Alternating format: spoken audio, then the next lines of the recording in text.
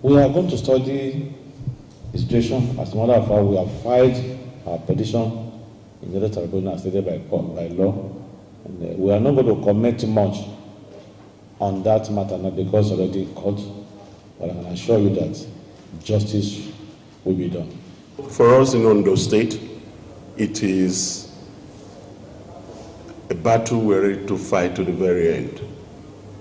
Please send a message from this moment to them that we are ready and we'll continue to do everything possible to make sure that the people of Ondo State get redress from this assault on our freedom to make a choice of who becomes our leader.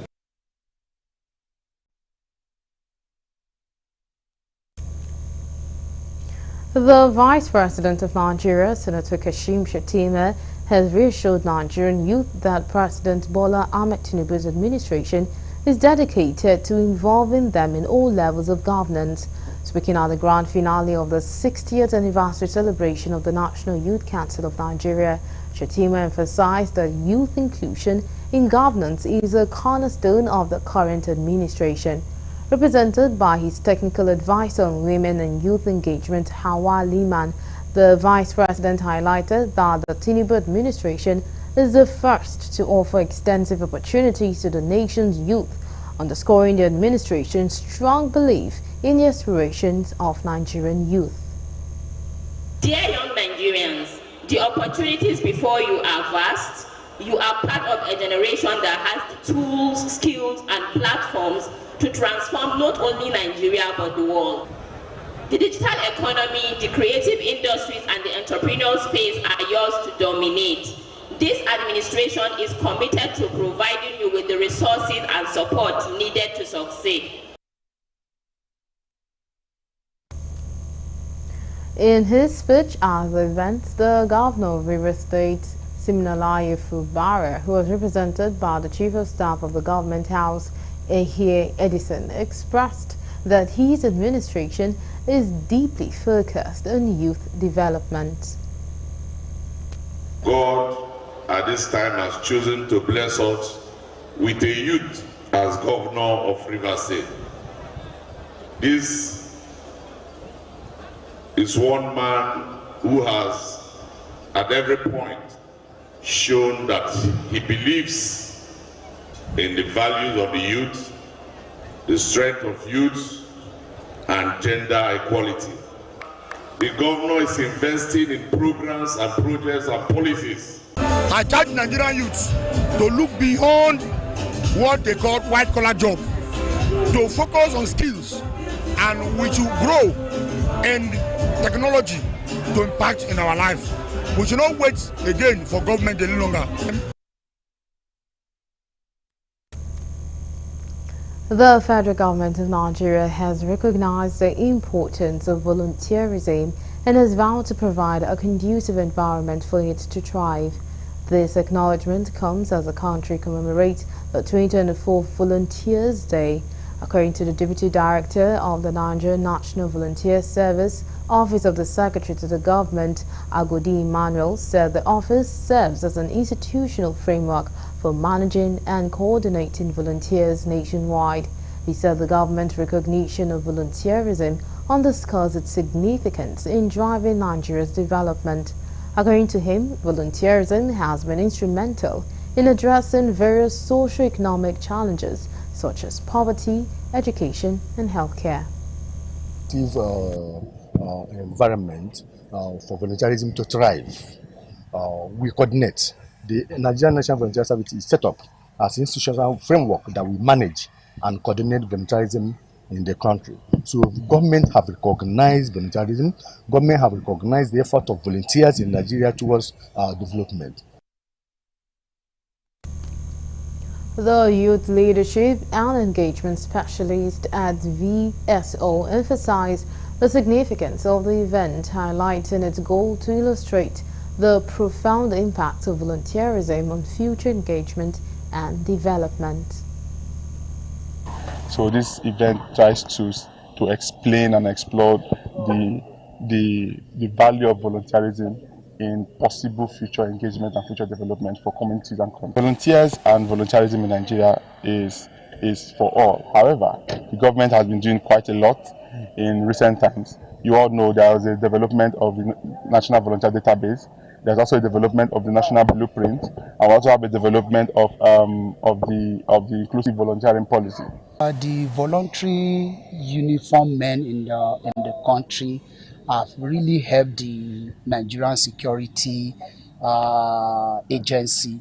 Look at in the northeast, northwest, we have the civilian JTF, which are just individuals that decided to come together in voluntary in the area of security services.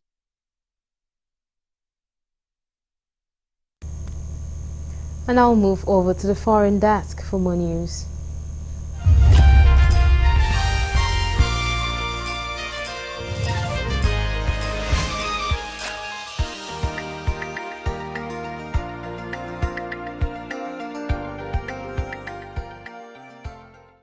This is news from the international scene. The Syrian civil defense group known as the White Helmet says it is investigating reports from survivors of the country's notorious Saidnaya prison that people are being detained in hidden underground cells. Writing on X, the group says it has deployed 5 specialized emergency teams to the prison who are being helped by a guard familiar with the prison's layout. Saidnaya is one of the prisons to have been liberated as rebels took control of the country. Authorities in Damascus province reported that efforts were continuing to free prisoners, some of whom were almost choking to death from lack of ventilation.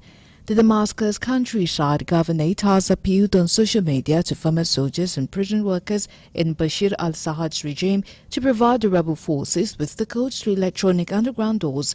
They say they have been unable to open them in order to free more than 100,000 detainees who can be seen on CCTV monitors. Video verified by newsmen showed Syrians rushing to see if their relatives were among those released from Saidnaya, where thousands of opposition supporters are said to have been tortured and executed under the Assad regime. Rebel forces have swept across Syria, freeing prisoners from government jails as they went. Israel has confirmed that it is carrying out airstrikes on Syria to target suspected chemical weapons and missile sites. Gideon Sahar, the country's foreign minister, said this was to stop weapons falling into the hands of extremists. Also on Monday, the Israeli military released photos of its personnel who crossed from the Israeli-occupied Golan Heights into the buffer zone where UN peacekeepers are based. It comes today after Israeli Prime Minister Benjamin Netanyahu announced his military had temporarily seized control of a demilitarized buffer zone in Golan Heights, saying the 1974 disengagement agreement with Syria had collapsed with rebel takeover of the country. Israel seized the Golan from Syria in the closing stages of the 1969 Six-Day War and unilaterally annexed it in 1981. The move was not recognized internationally, although the U.S. did so unilaterally in 2019. Speaking at a news conference on Monday, Sahar said the Israeli Defense Forces (IDF) was only making a very limited and temporary step taken for security reasons. He also claimed that Israel had no interest in meddling in internal Syrian affairs and was concerned only with defending its citizens. The airstrikes were further confirmed by the Syrian Observatory for Human Rights (SOHR), a UK-based monitoring group, which said on Monday the Israeli military had conducted overnight strikes on multiple locations spanning coastal and southern Syria.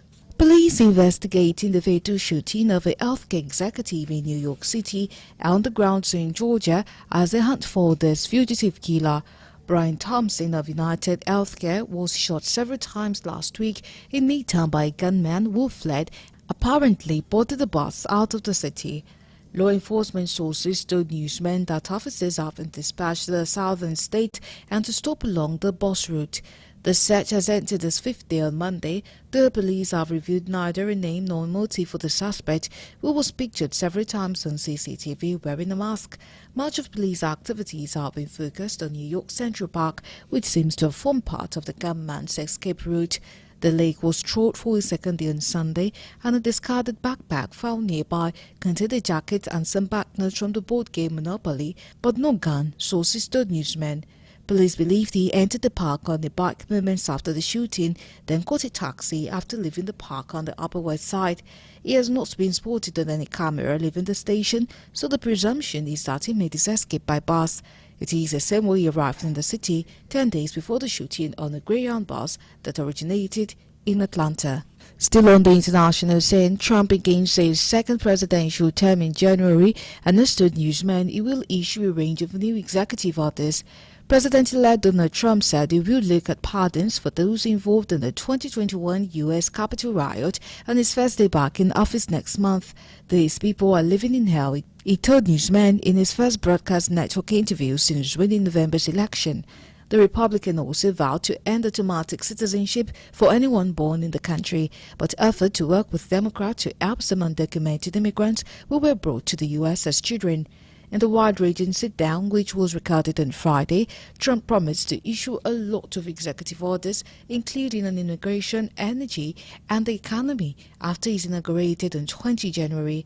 While he suggested he would not seek a Justice Department investigation into Joe Biden, he said that some of his political advisories, including lawmakers who investigated the Capitol riot, should be jailed. Trump was asked whether he would seek to pardon the hundreds of people convicted of involvement in that riot when supporters of his stormed Congress 3 months after his defeat in the 2020 election. John Mahama will be president of the West African country once more. The first official results have been released from Saturday's presidential election in Ghana, and they look set to confirm the victory of opposition candidate, former President John Mahama.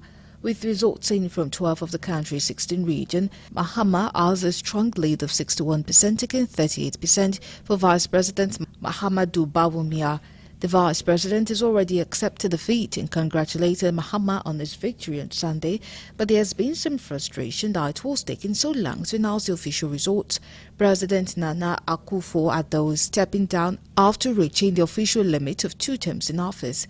This election comes amid the worst economic crisis in a generation, unemployment, the cost of living, and concerns over the environmental impact of illegal gold mining known as Galmezi were among the key issues. The new president will be sworn in on 7 January 2025. And lastly, on the international scene, South Korea authorities have imposed a travel ban on President Yoon Suk-yeol, who is under investigation for his short-lived martial law declaration last Tuesday. Yoon narrowly survived an impeachment motion against him over the weekend after MPs from his ruling People's Power Party (PPP) boycotted the vote. PPP members said they had decided not to support the motion after Yoon agreed to shorten his term and not get involved in foreign and domestic affairs. However, the opposition Democratic Party, which commands a majority in the parliament, have criticized the deal, with floor leader Park Chin-dae calling it an illegal, unconstitutional second insurrection and a second coup. Tens of thousands of people have come out in protest since Yoon's short-lived martial law order, calling for him to resign or be impeached. Since then, despite the failed impeachment motion, several key figures involved in the martial law order have also been seen action taken against them. Former Defense Minister Kim Young-il, who reportedly proposed the martial law declaration to Yoon, was arrested on Sunday. He had earlier resigned on Wednesday after apologizing and saying he would take full responsibility. Travel bans have been placed on Kim Lee, Defense Counterintelligence Commander Yoo Hin-yeol, and Army Chief of Staff Park Han-soo. Many others have stepped down from their posts. And that's it from the international scene.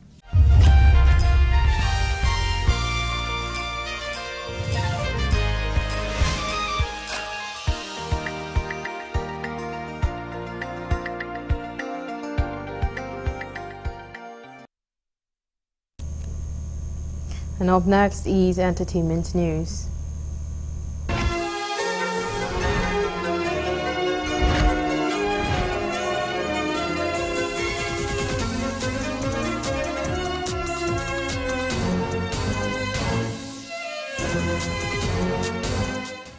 Welcome to Entertainment News on Galaxy TV. My name is Gratitude Mokwede. Here are the rest of the stories for today. The recently concluded Sketch to Finish fashion show and talent hunt brought together fashion enthusiasts, emerging designers and models under one roof for a night of creativity and elegance. Held at Eco Club Surulere, the event showcased the raw talents of upcoming designers and the bold confidence of new models, making it a highlight in Nigeria's fashion calendar.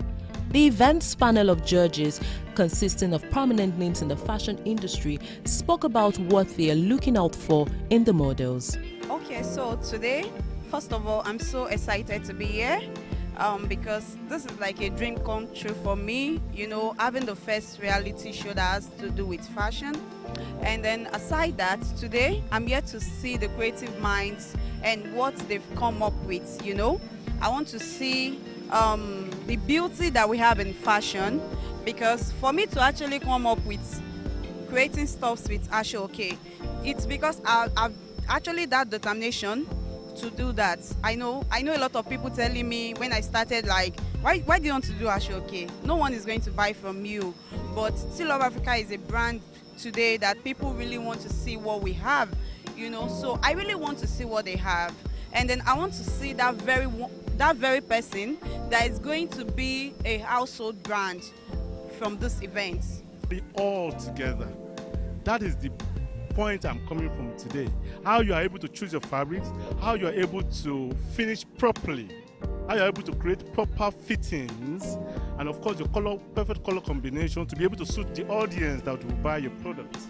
Because you are not a designer if nobody buys your fabrics. The convener of the event emphasized the importance of nurturing local talent and creating platforms where young creatives can shine. Okay, the reason being that I want to be able to tell the story of how the craftsmanship go through their stress, the pain, and whatever it is they have to go through to come to their finished work. So we need to see the craftsmanship of every designer. It's high time we start telling the stories of the designers and not just seeing their designs on the runway. Guest appearances added an extra layer of excitement, with notable figures from the entertainment and fashion world gracing the event. I'm looking to be entertained though. I want to be able to laugh when I see people walking by and all of that. And then I want to see how, you know, if I am able to flow with the times, because most times I'm not. Most times I just want to be comfortable in my skin. I don't want to go somewhere where I'll have to, you know, for space, you know, and carry up the and everything and all that. But at the same time look good. We are still until we have seen the contestants on stage, until we have seen their work showcased, until the designers present their work, the emerging designers present the little pieces they've been able to put together. There's a lot of challenges we've given them. We want to see them being able to bring it to light and see whether they can showcase what is creative, bring them to be the next generation of designers that are going to be another set of modelers. The models leaped up the runway with their striking appearances, confidently showcasing the designs. With this edition of Sketch to Finish now concluded, it is clear that the event continues to serve as a powerful platform for rising stars in Nigeria's fashion industry, leaving a lasting impact on all who attended. And that will be all on entertainment news. Thank you so much for watching, and keep watching entertainment news on Galaxy TV. Enjoy the rest of your day. Bye.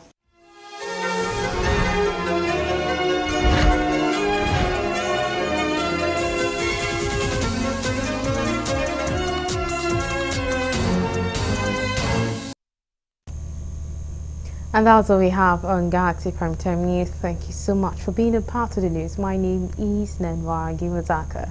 Goodbye.